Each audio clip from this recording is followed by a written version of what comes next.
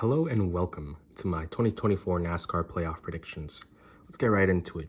The first round of 16, consists of races at Atlanta Motor Speedway, Watkins Glen, and Bristol.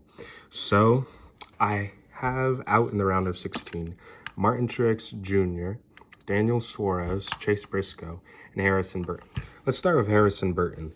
He has been quite literally the worst full-time driver in the Cup Series this season, and I don't frankly believe in his ability to win at a super speedway again, let alone get decent finishes at the other two races.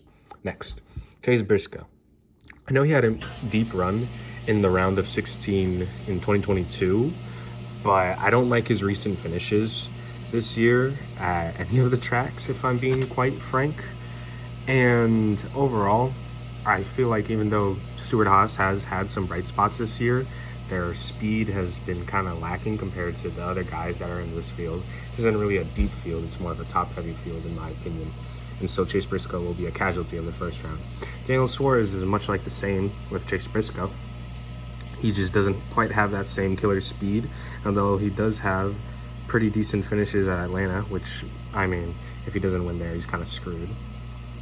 Well, he's just going to be out. Martin Truex Jr., I know a lot of people are picking him because he's, been on a downward spiral recently. Now, I was originally going to put him in the round of 12, but then when I thought about it, the alarming trend of his recent finishes has kind of, takes precedence over the good finishes he's had at these tracks in this round recently. Although I do think he'll be on the cut line. He'll be on the cusp of making it to the next round. I think that he ultimately won't make it in his final year. All right, it's round of 16. Now, let's get the round of 12 eliminations in. All right, excuse my lack of correct cars. I definitely need to update my collection.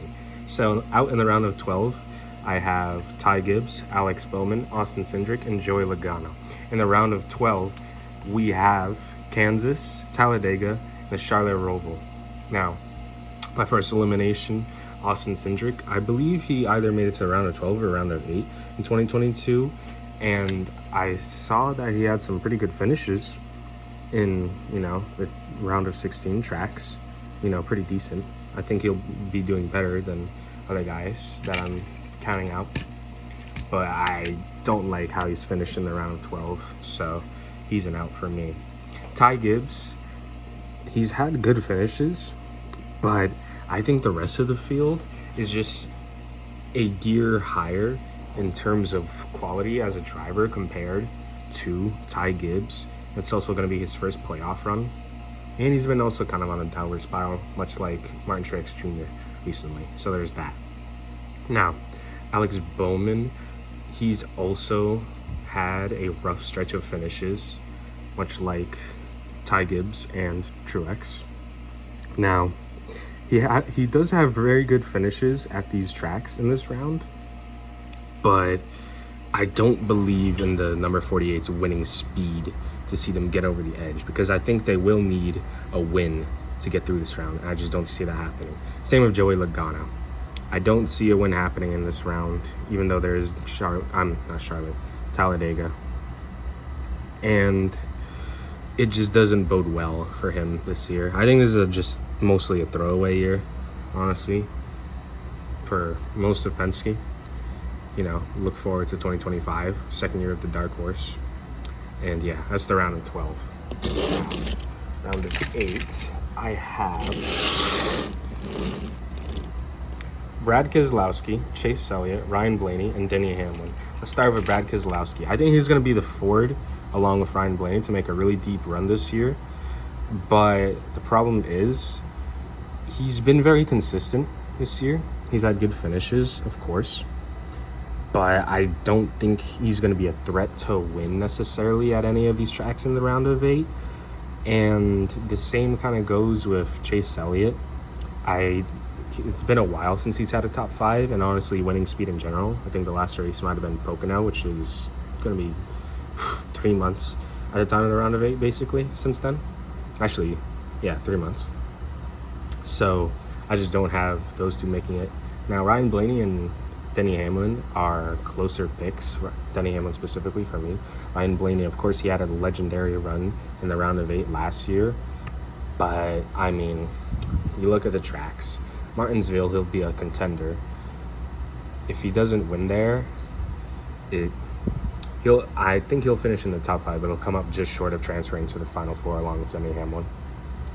And for Vegas and Miami, I mean, you have Kyle Larson, Tyler Reddick, Christopher Bell. Those guys are, they're going to be the contenders at those tracks. And I think that's going to kind of push Ryan Blaney out of contending. I think he'll be finishing top 10 in all these races, but he won't be able to make it.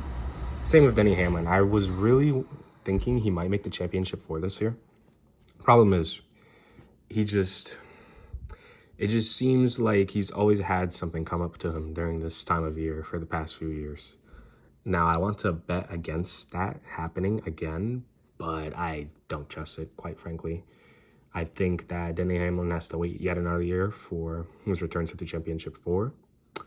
Fun fact, I'm pretty sure most championship 4 drivers who have had their 5th appearance, they win it, which has happened with Kyle Busch, not Martin Truex Jr., and Joey Logano. Who else? Shoot, Martin Truex Jr. was actually close to that in 2021. But yeah, it's my round of 8. Round of 4. We have William Byron, Christopher Bell, Kyle Larson, and Tyler Reddick. Phoenix, this spring, Christopher Bell won. All the Toyotas did really good that race. Now, Hendrick was definitely stronger in the spring, especially with William Byron, and was in the summer. But, I mean, Christopher Bell has been excellent at all the flat tracks this year. That's really been the 20-team specialty. Tyler Reddick, he's been super consistent. He's had winning speed at so many races. He's always in the mix. Kyle Larson is much like Tyler Reddick, but he has that almost seems extra 10th. He can contend to anywhere.